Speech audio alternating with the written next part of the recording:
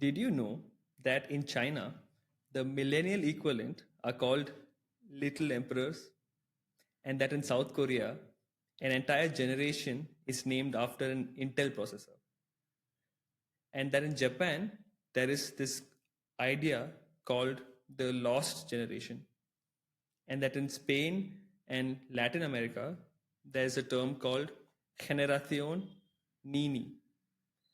Goldie. So my Spanish, you know how it is. It's not all that great. Did I get that pronunciation right by any chance? You did, absolutely. Yes. Nini, Yes, I'm a genius. Yes. You you said see, it. yep. So you see, the while most of the world goes by your usual generational terminology, boomers and Gen X and millennials and Gen Z and so on, there are certain countries that have a different experience across generations because of certain differences in cultural events. And that's what we're going to talk about in today's episode because the workplace is getting more and more diverse with various cultures and ethnicities working together. So it becomes very important to educate ourselves on generations across cultures. Hello, everybody. My name is Lakshan, and I'm your host for today. And I'm Goldie, and this is episode 6 of Mind the Gen Gap podcast.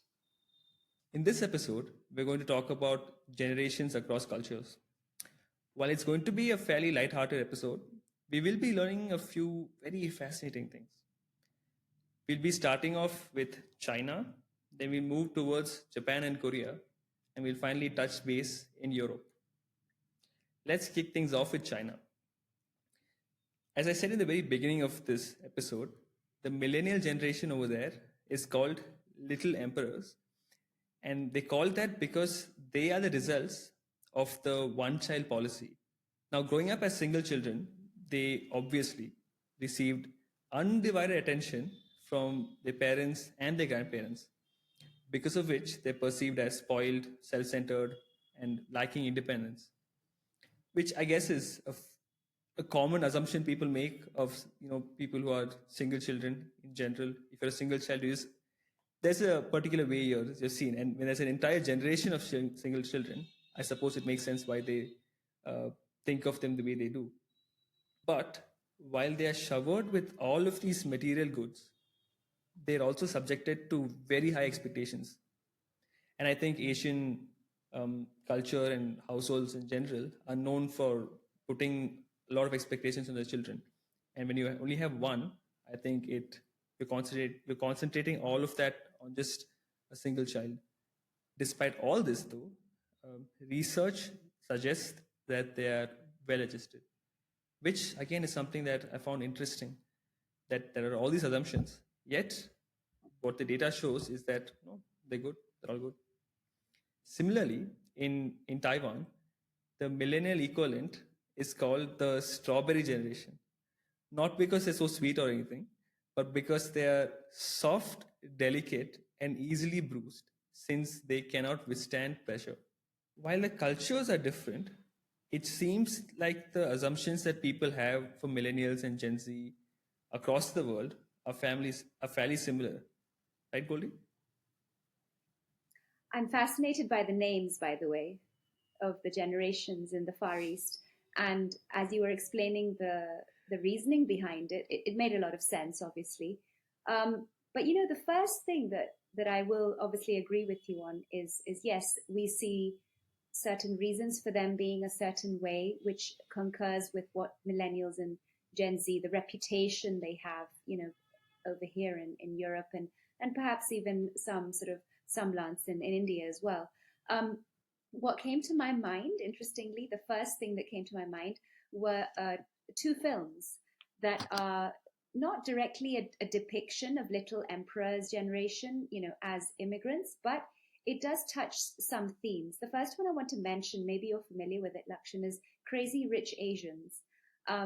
This is a film that is from 2018, and it's about wealthy Chinese immigrants that are settled in the US. So there is obviously a component of immigration, And I think what the topics it touches on definitely is privilege, generational expectations, and also family dynamics. So I wonder whether this was in some part inspired by the single child policy from China. But I did think of it as you were speaking about Little Emperors, you know. And then the other one is a complete contrast, because obviously you mentioned the single child policy can apply to the entire Chinese population, but the class that you belong to was not in your hands. So you could have been born into a wealthy family, or perhaps a middle class, or a working class family. So the second film that comes to my mind is actually a documentary, is Last Train Home. This is from 2009, and it's a documentary of a migrant worker family in China, and it focuses on parents' attempt to reunite with their daughter in Chinese New Year. And whilst it touches on the pressures of the parents to provide a better future, which is clearly the ongoing sort of topic, right? For when you have one child, you protect them to the maximum possible, and you create a better future for them, but at the cost of even losing and spoiling the relationship with your child, which is something that I do observe, unfortunately, especially in my coaching, the way that parents are seen by Gen Z and millennials in many ways because of the parenting that they are receiving. And I think this is where I do want to talk about this, which is something very relevant to parents of Generation X, because they have raised millennials or even Gen Z in many cases, which is called helicopter parenting. This is considered an overprotective, highly involved type of parenting style, where you are constantly monitoring, and there's an intervention in the child's life far more than perhaps what I may have had as a Gen X parented by a boomer. Okay, now it's interesting how in the Far East Asia you mentioned that the reasons are because of the single child policy, that so there's only focus on one child altogether. In Europe, the reasons for having this form of parenting was more because of concerns of safety, uh, rising in the sort of late 2000s, or even I would say just previous to 2000s, 1997 onwards, and also rising competition for college admissions, which was on the rise. So this meant giving even more attention to the child and making sure that they either uh, ensured a success or prevented failure. Now, as you hear that, you know what I'm talking about, especially when we coach people. If you're ensuring them only to thrive for success, to succeed and not to fail, this does create almost a snowflake effect on the human being, doesn't it? Yeah, when you were talking about that documentary, right? Mm. Was it Last Train Home? It's called Last Train Home. Yeah, that's right. Yeah, yeah. About how while they are protected because of the single child policy, it makes so much sense how they can be just suffocated uh, with so much so that they want to just distance themselves from their parents, right? It's actually I never considered that. That's not an angle that came up for me when I was reading up on this generation. To me, it was said, okay, they were raised and given so much attention by their parents and grandparents. I did not consider what kind of attention. So when you shared this, I was like, "Ah, that makes so much sense," because when you suck the air out of something, it's inevitably going to be like fragile and like you said, turn into snowflake. It's going to Yeah, shatter. It's inevitable, right? Yeah. indeed. So now moving from one very well-known Asian country and culture to another one, we're moving from China now to Japan, and where there is this very fascinating topic called the lost generation. So you see, in Japan, people born between, say, the mid 70s to the early 80s, which is considered to be the Gen X across the world, When people from Japan had entered the workforce, which would be in the 90s and early 2000s, there was an economic bubble that had burst in 1991, which caused a long period of economic stagnation. So while these people born in the 70s and 80s came of working age in the 90s and 2000s, there was no employment, there was no money, there was no employment because companies had to stop their tradition of lifetime employment and annual hiring of new graduates, which meant that this entire generation of people had to face large scale unemployment, and they had to only take up some form of temporary or part time employment, which obviously led to delayed marriage and hence declining birth rates and the rise of parasite singles, which is young adults living with their parents to save money. And a significant number of them eventually completely withdrew themselves from society. I cannot even imagine the toll it would have taken on their mental health because the depression rates were inevitably completely skyrocketing on the rise. And of course, there was multiple reports of suicide as well. And the unfortunate truth about this generation is that unfortunately there's not anything we can really do. And the reason for that is because Japan is also known as the kind of economy which is very, you know, old people heavy. There's a lot of old people and there aren't too many youngsters. And when there is this bridged generation between, which is not acting like a bridge, um, it is going to be uh, a difficult time for Japan in general, of course, but specifically for this kind of a generation because it really is a mess over there, and it also shows how these regional events play such a massive role in how generational identities are formed. And one such culture we can look into where generational identities were formed because of regional events is South Korea's 386 generation. Now, this is the generation I was talking about, which was named after Intel's 386 microprocessors, who were born in the 60s and attended universities in the 80s. Now, they were growing up in a time when the society was getting relatively affluent, which is something that actually influenced their views on wealth distribution and social equity, which led them to advocate for a more, egalitarian society.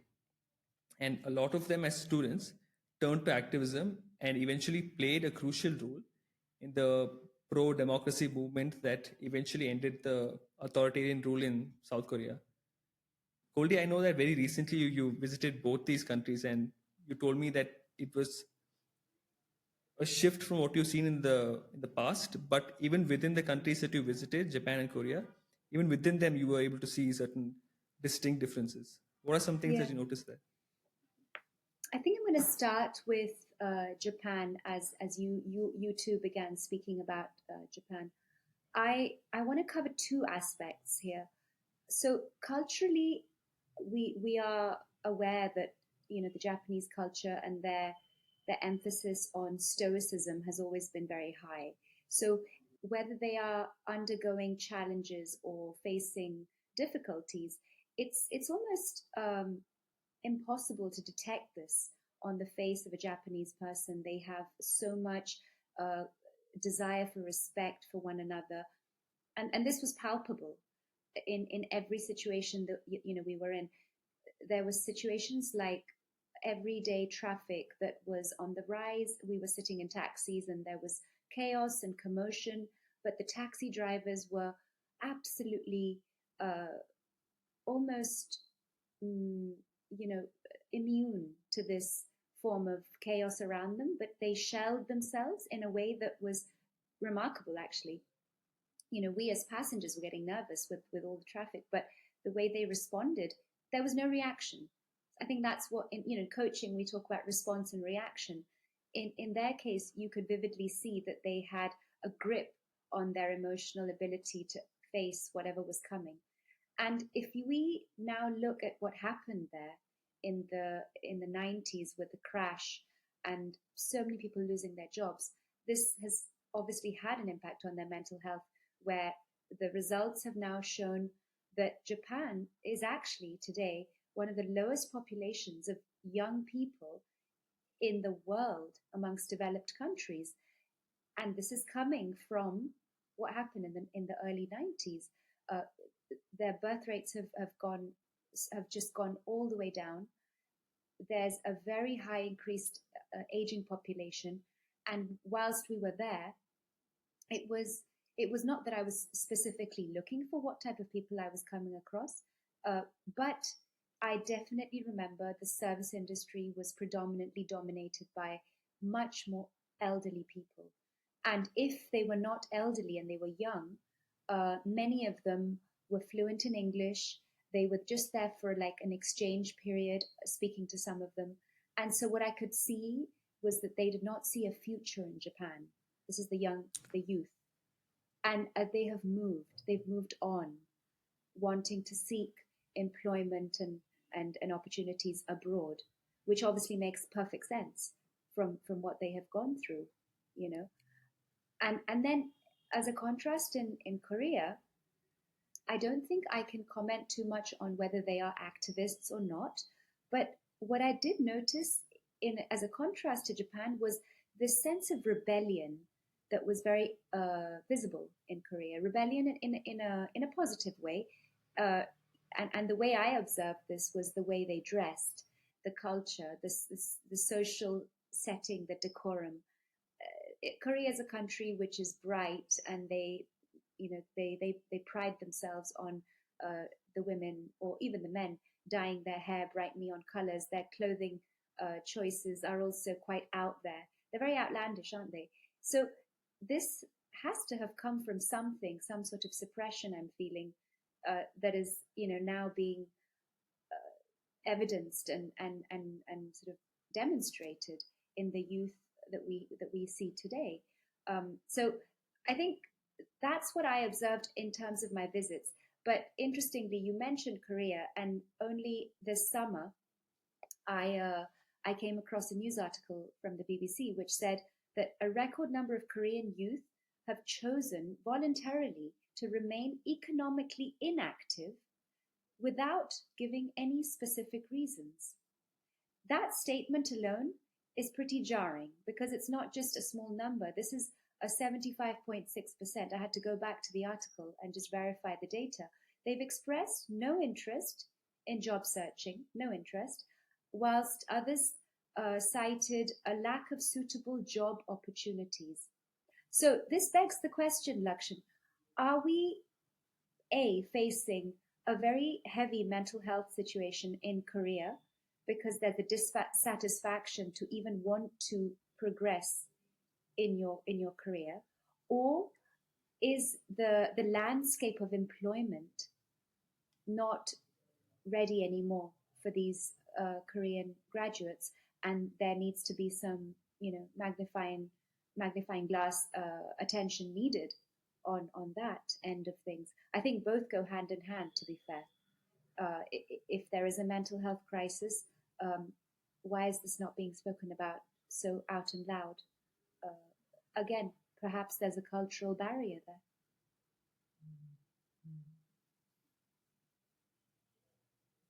Yeah, so as you were sharing this, I was just thinking about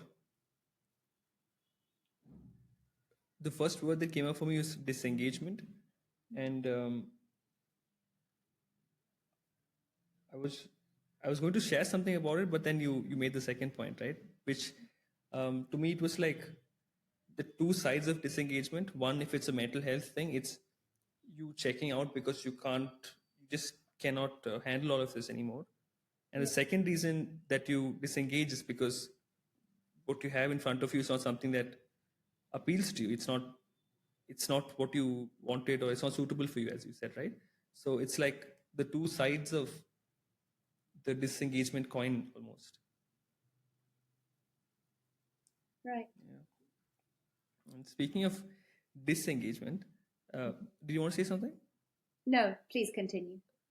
Yeah. Speaking of disengagement, there's another very interesting topic that I wanted to talk about, which is something that is happening in Europe, or more specifically in Spain. So we moved all the way from the far east all the way to somewhere in Europe, in the fancy part of Europe, Western Europe. No? Yeah. So Goldie, I'm hearing more and more about this.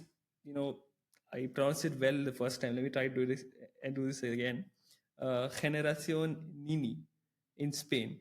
Apparently, these are people who are aged between 15 and 29, who are neither enrolled in any educational institutes nor are they engaged in employment of any kind. So when you mentioned this thing about Korea, I got reminded of this thing as well. It was interesting that this is the next topic we're going to be covering, and at least from what I notice, from what I've read in done my research, it seems that there is this systemic issue that's prevailing in certain European countries, and it's not only in Spain. It's apparently happening in France, in Italy, in Latin America, and in England as well. And in England, it's called NEETs, which is not in education, employment, or training. Essentially, it's the youth being completely disengaged because of economic challenges. So before I ask you for your views, Goldie, I also want to ask you for what Nini stands for, Yeah. and your thoughts on all of this that I just shared right now. Mm. Yeah, I'm I'm very passionate about this topic because as I delved into it when I first heard, it reminded me a lot of what I have actually coached. So you know that I specialize in Gen Z, and a lot of my clients over time have come from Spain in the earlier days. So first, let me tell you what Nini stands for. In Spanish, it stands for ni estudian ni trabajan, which is the direct translation that you correctly said. Neither are they studying, neither are they working, and it's a choice that's being made by so many of the young people. And when you mentioned that it's a systemic problem across Europe, you mentioned countries which have one thing in common, and that is high levels of immigration. France, Italy, the UK, and Spain included. Talking about Spain specifically, we've had, I have another figure for you, Lakshan, which is the rise in immigration from 4.7 million from 2019 to 6 million in 2022. That's just in Spain. And we are not a very, very large country compared to our counterparts, France or the UK. So this is a very important rise in figures that now I'm going to explain to you what is going on with the Nini situation and why is it connected to this number. So it's a complex societal issue where a significant portion of the youth is left disengaged. Again, the word comes in, as you said, both from work and education. The first reason is the 2008 recession, where economically Spain faced a very large dent in their economy, leaving a lot of parents unemployed, losing jobs. Now, what happens systemically in a home when a parent loses their job? The child who is in education at the time, if they have a strong foundation of family values, obviously continues to study. It may have little or no or some sort of scarring on the child. We don't know about that because I have no research to back my statement up. But what happens with parents who come from another country to find a new life, in this case from Latin America into Spain, let's name a country, Peru. You have a young 35, 32-year-old coming into Spain from leaving their country. Their struggles are marked by having very tough situations in finding jobs, which is why the labor market also is a problem for them. Now, their children are going into schools, and what are they facing?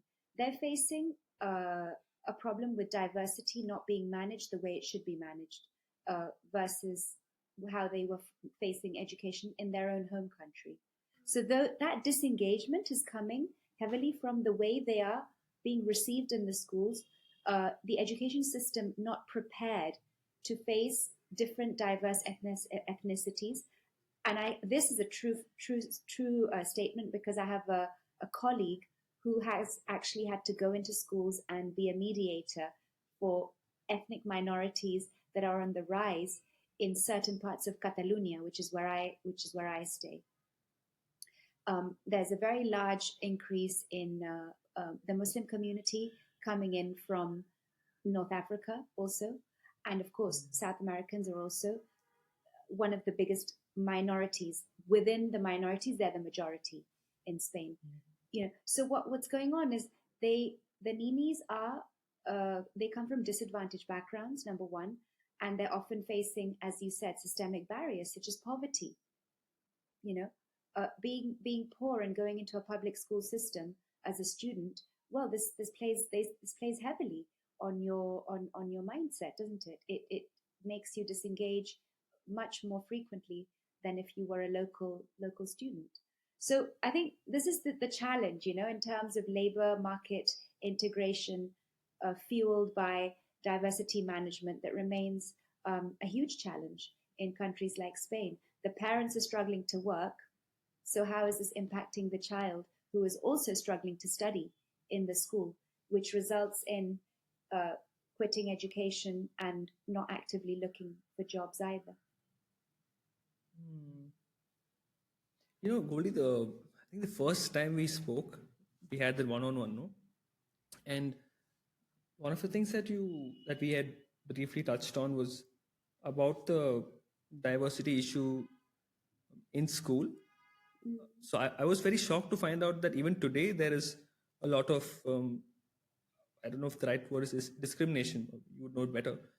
But when you mentioned that to me, that it's something that it of course you face it when you were in school and when you were um, doing your education, but like it's something that you see even now with your kids going to school and all that stuff. And when you mentioned that to me, I found it very very odd, because again, I'm uh, just automatically I think anywhere in the Western world they're very much into inclusivity and understanding of a diversity. But I was genuinely quite surprised to know that that isn't the case in the education system, at least in Spain. I think for a large part, they want to be inclusive. I won't discredit them entirely, but they're struggling to become inclusive and accept diversity, which becomes a normal environment for all students to see each other as equals. It's not something that they wish to be happening. But if you see, a simple example, a young girl coming into school wearing a hijab, this can impact a local Spanish student if they've never faced any sort of exposure to a diverse cultural setting.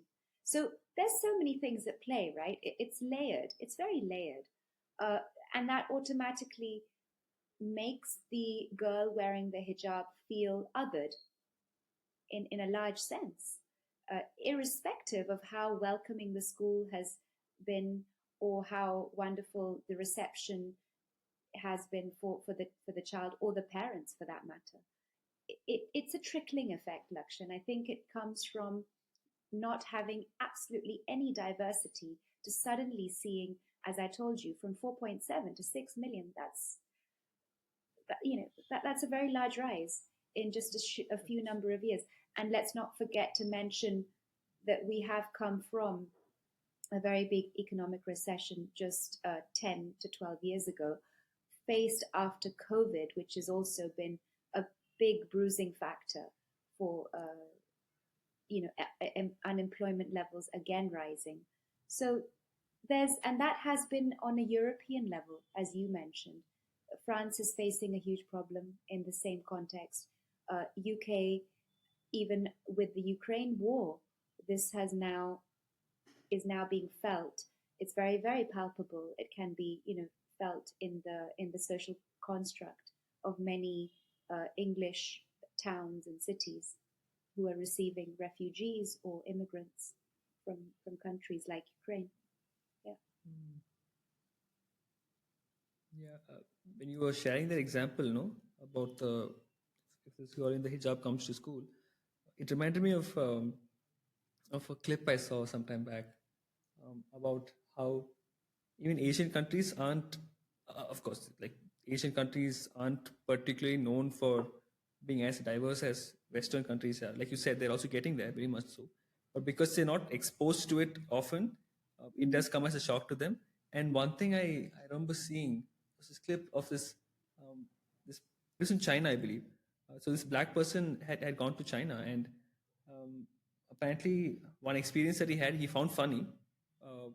But uh, I don't think a lot of people will. Is that when he was just walking about, apparently, like people, in China or something, they would come and they would like rub his hand to see if it's like color that is on him that can just be rubbed away.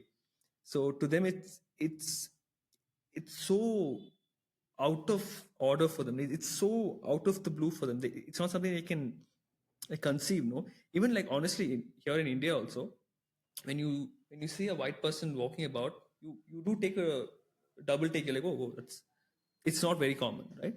It's yeah. not like we're trying to be not inclusive or anything. Just it's not it is out of the ordinary. It's not something you see very often. No? So I it makes a lot of sense when you said that. Mm. And that being said, there are cities which are a lot more diverse than others in Spain. You can see the cosmopolitan effect has definitely entered the country. But I think we began talking about how different generations are labeled and perceived and what is going on with them. So it just kind of brings us to full circle on how economic events and you know whatever is happening in the world which is relevant to your country definitely has an impact on how you are born and raised and what you face, and hence these labels that come from Far East Asia, from little emperors to the lost generation. It's it's it's very important for us to recognize the impact that your generation faces comes from at least a decade before. Yeah, and what you said, I think it leads us perfectly into the last segment of this episode, which is that the point of this episode is to shine some light on the idea that while generation stereotypes are similar across the world, the context behind these stereotypes are vastly different. And living in a multicultural society and working in a diverse workplace, understanding all of these contexts helps us bridge this gap and ultimately eliminate assumptions and biases. The truth is that culture, social events, politics, and economics all play a massive part in how generations form their identities. So, if you want to educate yourself on all of these nuances, the best way to go about doing that is to actually talk to people of different cultures. And that's how you'll actually mind the gen gap. Ooh, speaking of minding the gen gap, there is also one other way to educate yourself on all these nuances. If you made it all the way until the end of this episode and you liked it, please leave us a like and subscribe to this podcast. Ooh, and share it with all your friends as well, of all ages. That way, you'll be notified every single time that we put an episode out so that you'll be educating yourself almost as soon as we are educating ourselves by preparing ourselves for each episode. With all of that out of the way, I just want to say that we finally come to the end of episode number 6 of Mind the Jenga podcast. I've been your host, Lakshan. And I've been your co host, Goldie. Thank you so much for listening and watching all the way to the very end. Muchas gracias. See you in the next one. Hasta pronto. Bye.